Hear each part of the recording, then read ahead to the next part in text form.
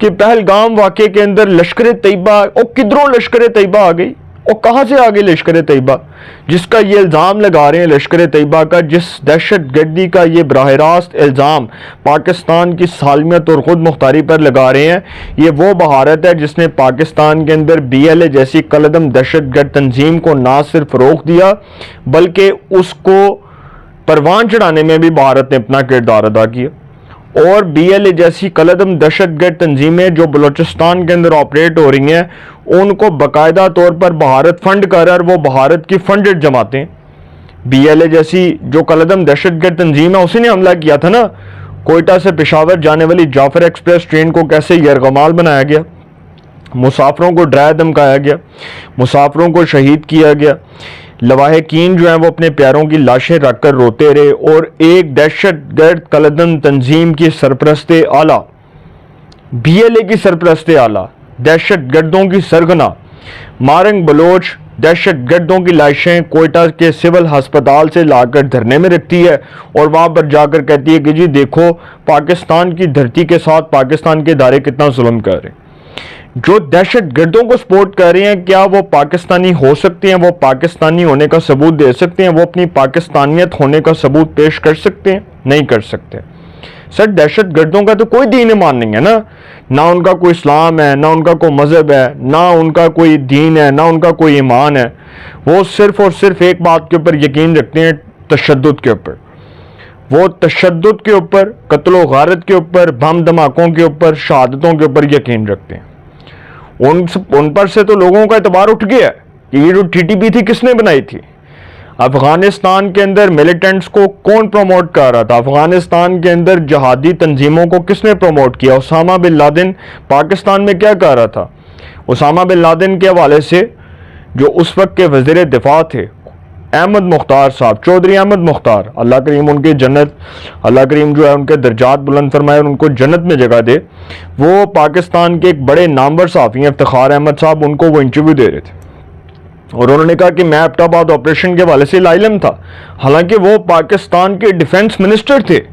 اور افتخار احمد صاحب جو پاکستان کے ایک بڑے پرومیننٹ نیوز اینکر ہیں، نیوز پرسنالٹی ہیں، پاکستان کے ایک بڑے پرومیننٹ پولیٹیکل ایکسپرٹ ہیں، سینئر تجزیہ نگار ہیں، وہ اس وقت جیو نیوز کے اوپر پروگرام کیا کرتے تھے جواب دے، ان کے پروگرام میں وہ یہ بات کہہ رہے تھے۔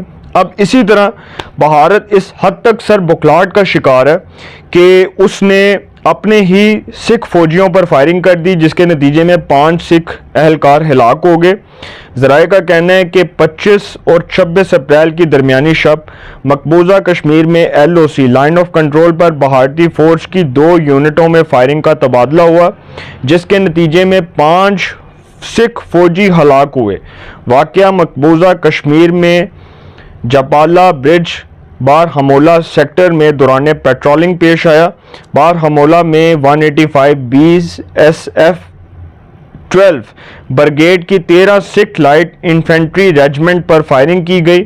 ذرائع کے مطابق 5 ساتھیوں کی ہلاکت کے بعد واقعے پر 13 سکھ لائٹ انفینٹری کے سکھ جوانوں میں شدید غم و غصہ پایا جاتا ہے۔ بھارت نے یہ کارروائی خود کرتے ہوئے اپنے ہی سکھ فوجیوں کو ہلاک کر دیا۔ یہ بھارت کیا کر رہا ہے؟ اپنے ہی لوگوں کو ٹارگٹ کر رہا ہے۔ اب اسی طرح جی سر مودی سرکار جو ہے اس نے پہلگام فالس فلیگ آپریشن کے بعد پاکستان کے خلاف فوری طور پر مہم جوہی سے انکار کرنے والے بھارتی لیفٹیننٹ جنرل ایم وی سچندر کمار کو کمانڈر نادرن کمانڈ کے عہدے سے ہٹا کر ان کی جگہ جی پراتک شرما کو اس عہدے پر تعینات کرنے کو حکم جاری کر دیے۔ تاہم جنرل ایس کمار نے مہم جوہی سے گریز کرنے کی پالیسی اپنا لی تھی۔ انہوں نے کہا کہ میں پاکستان کے خلاف کسی مہم جوہی کا حصہ نہیں بنوں گا۔ ان کو ان کے عہدے سے ہٹا دیا گیا۔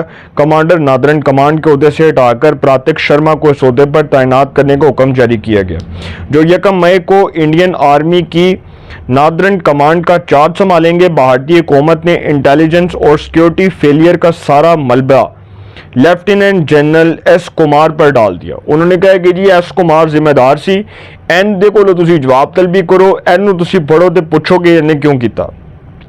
سارا ملبہ بھارت کی فوج نے سچندر کمار کے اوپر ڈال دیا کہ جی یہ ذمہ دار ہے، جس کو بھارت نے ایک وزیر اعظم نریندرا مودی نے اس کے عہدے سے ہٹا دیا، کمانڈر سدرن کمانڈ کے عہدے سے ہٹا دیا۔ اب یہاں پر تو بھارت کیا کر رہا ہے کہ جو پاکستان کے خلاف آپریشن کرنے کی مخالفت کر رہا ہے، جو پاکستان کے خلاف جو بھارت کا فالس فلیگ آپریشن اس کا حصہ بننے سے انکار کر رہا ہے، اس کو کہہ رہے ہیں کہ جی تم فارغ ہو. اس کو مودی نے فارغ کر دیا. اب اسی طرح D G I S P R نے جو پریس کانفرنس کی ہے اس میں انہوں نے بتایا ہے، اس میں انہوں نے کچھ آڈیوز، ویڈیوز، تصویریں دکھا دی ہیں اور ثبوت پیش کر دیے ہیں. D G I S P R نے پریس کانفرنس کے دوران پاکستان میں بھارت کی ریاستی دہشت گردی کے ٹھوس شواہد جو ہیں وہ قوم کے سامنے پیش کر دیے. D G I S P R نے کہا کہ پہلگام واقعے کو 7 دن ہو گئے ہیں لیکن ابھی تک ان الزامات کے کوئی ثبوت پیش نہیں کیے گئے. 7 دن ہو گئے ہیں اور صرف زبانی جمع خرچ جو ہے وہ چل رہا ہے. انہوں نے کہا کہ ہم آپ کے سامنے بھارت کی ریاستی دہشت گردی کے مکمل ثبوت پیش کر رہے ہیں. D G I S P R major Ahmed Sharif Chaudhry نے کہا کہ بھارت خود ریاستی دہشت گردی کر رہا ہے.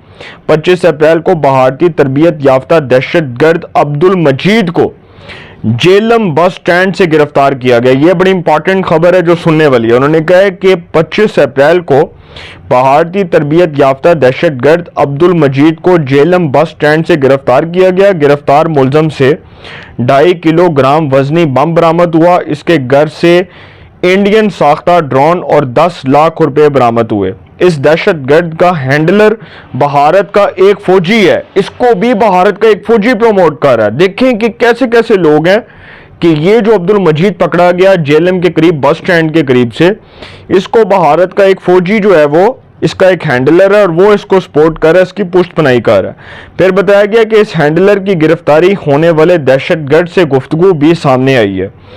دہشت گرد کے موبائل فون سے بھارت میں ہونے والی بات چیت پکڑی گئی ہے. اس کی کمیونیکیشن بھارت میں صوبے دار اور سکھوندر سے ہو رہی تھی. اب یہ دیکھیں کہ کیا ہو رہا تھا کہ وہ کمیونیکیشن بھی کر رہے تھے، وہ یہ بھی بتا رہے تھے کہ جی کس ٹائم پر کیا کرنا ہے، کس ٹائم پر پاکستان میں دہشت گردی بنانی ہے، پھیلانی ہے، کس طرح سے پاکستان کی سالمیت اور خود مختاری کو ٹارگٹ کرنا ہے.